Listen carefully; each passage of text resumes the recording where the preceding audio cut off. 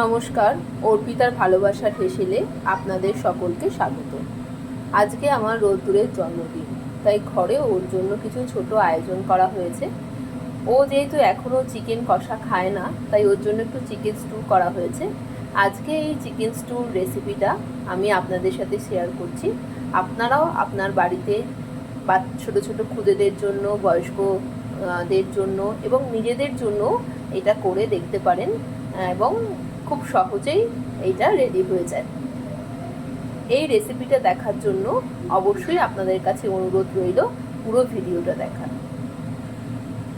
এই চিকেন স্টুটা বানানোর জন্য আমি কতগুলো ভেজিটেবলস ঘরে যা ছিল তা ছোট ছোট টুকরো করে কেটে নিয়েছি। এরপর প্রেসার কুকারটা গরম হয়ে এলে ওর মধ্যে কিছুটা বাটার দিয়ে দেব, কেটে রাখা ভেজিটেবলসগুলো দিয়ে দেব, সবজিগুলো ভাজা ভাজা হয়ে এলে চিকেনের টুকরোগুলো ওতে দিয়ে দেব। রোদ্দুর যেহেতু একটু লেগ পিস খেতে ভালোবাসে, তাই আজকে ওর জন্য চিকেন স্টুতে আমি লেগ পিসই ইউজ করছি। আপনারা চাইলে অন্য কোনো চিকেনের পিসও ছোটো ছোটো করে এর মধ্যে ইউজ করতে পারেন। একটু ছোট ছোট করে কেটে রাখা টমেটো কুচি এতে দিয়ে দেবো, একটু পেঁয়াজ কুচি দিয়ে দেবো। 5 মিনিট মতো ভালো করে ভাজা হতে দেব। এরপর এতে একটু আদা গ্রেট করে দেব। আমি এখনো পর্যন্ত রোদ্দুরকে যেহেতু চিকেনে কোনো রকম মশলা ইউজ করি না, তাই ওকে অল্প একটু ছোট আদা কুচি এবং অল্প একটু রসুন কুচি গ্রেট করেই দিই। আপনারা চাইলে অল্প করে বাটা মশলা এতে ইউজ করতে পারেন। অল্প একটু রসুন কুচিও গ্রেট করে দিলাম। স্বাদ মতো নুন দিয়ে দেব, অল্প করে হলুদের গুঁড়ো দিয়ে দেব, জিরে গুঁড়ো দিয়ে দেব, অল্প ধনে গুঁড়ো দিয়ে দিলাম।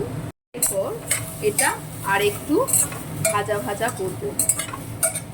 আপনাদের যদি আমার এই ভালোবাসার হেসেলের ছোট ছোট রান্নাগুলো ভালো লেগে থাকে, তাহলে পরে অবশ্যই লাইক, কমেন্ট আর সাবস্ক্রাইব করে দেবেন।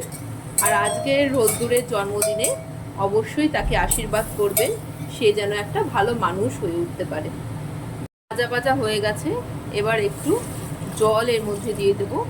সবজি এবং চিকেনটা ঠিকঠাকভাবে যাতে সেই জলের মধ্যে থেকে যায় সেই পরিমাণ জল দিতে হবে। এরপর ঢাকা দিয়ে হাই ফ্লেমে 7 থেকে 8টা সিটি দিয়ে নিতে হবে। চিকেন স্টু রেডি হয়ে গেছে। আপনারাও এটা বাড়িতে ট্রাই করে দেখবেন, কেমন লাগে অবশ্যই জানাবেন। আর দেখি রোদ্দুরেরও কেমন লাগে। আর অবশ্যই কিন্তু আজকে রোদ্দুরের জন্মদিনে সবাই রোদ্দুরকে একটু আশীর্বাদ করবেন আর ভালোবাসা দেবেন। নমস্কার। খেয়ে দেখো রোদ্দুর কেমন হয়েছে। I love you too. সব খাবারগুলো ভালো করে খেয়ে নাও। হ্যাঁ, হ্যাপি বার্থডে।